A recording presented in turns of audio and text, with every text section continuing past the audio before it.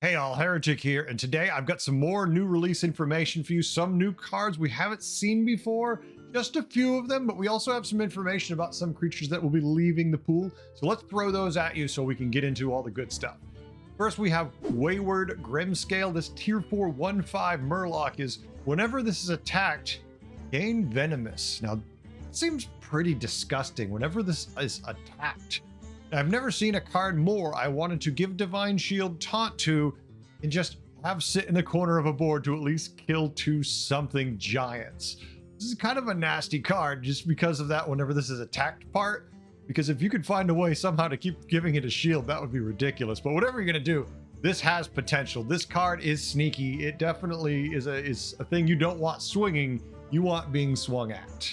Next, we have the next tier 4 09 Trembling Trolley. Avenge 3, get a random spell, and it's a mech. So Avenge 3, so it's not going to be doing any attacks till you buff it, but obviously mechs can do that pretty well with magnetics. Get a random spell for Avenge 3 is decent in a mech board. I don't know, this could be hard to pull off because usually you're getting a lot of divine shields. Usually, you know, your mechs aren't living that long unless it's like your Deflecto bot, but there's some potential where you definitely could set some things up. This will be interesting to see how it works into the meta. Next, we have tier 4 4/4 Living Azerite, an elemental.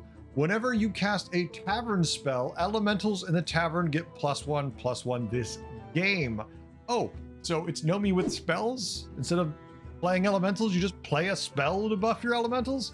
This could be very interesting. This is also has some potential with demons. If you're running a Felbat and whatnot, just buff the elementals in the shop if you can keep this on the board for a little while. There's some potential for this card also. We'll see. It might be more of a gimmick, but it still sounds fun. Next up, we have the tier 4 5/1 Lighter Fighter. It's a mech. Death Rattle, deal 5 damage to the lowest health enemy minion twice. Well, I mean, assuming it checks every time, so if it triggers once and it does 5 damage, and if it kills that target, if it then reassigns to the next lowest health minion, that's awesome.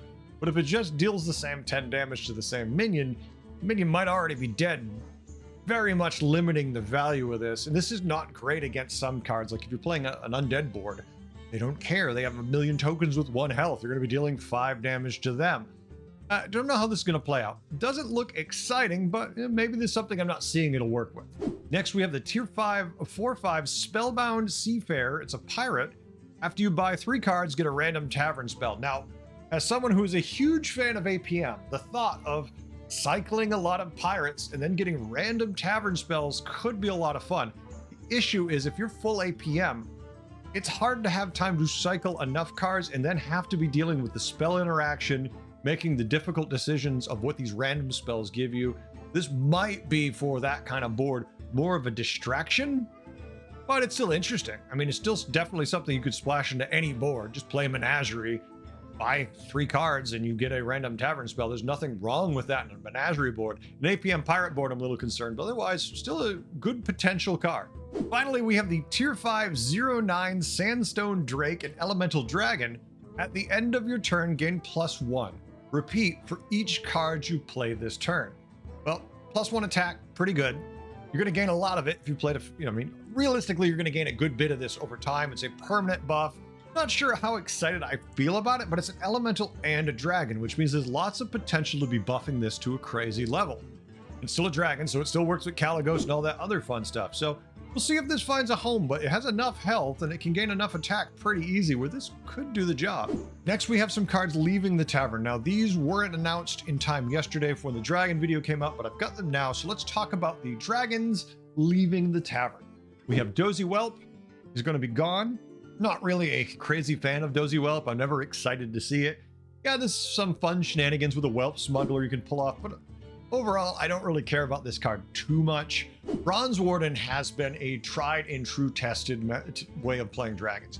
Bronze Warden just works. Sad to see this go, but won't miss hitting the AFK on turn 3 who manages to play 2 of these and destroy me. Time Saver wasn't with us very long, and some people really got to use and abuse this card, and other people never really had much luck with it. I kind of had a mixed bag.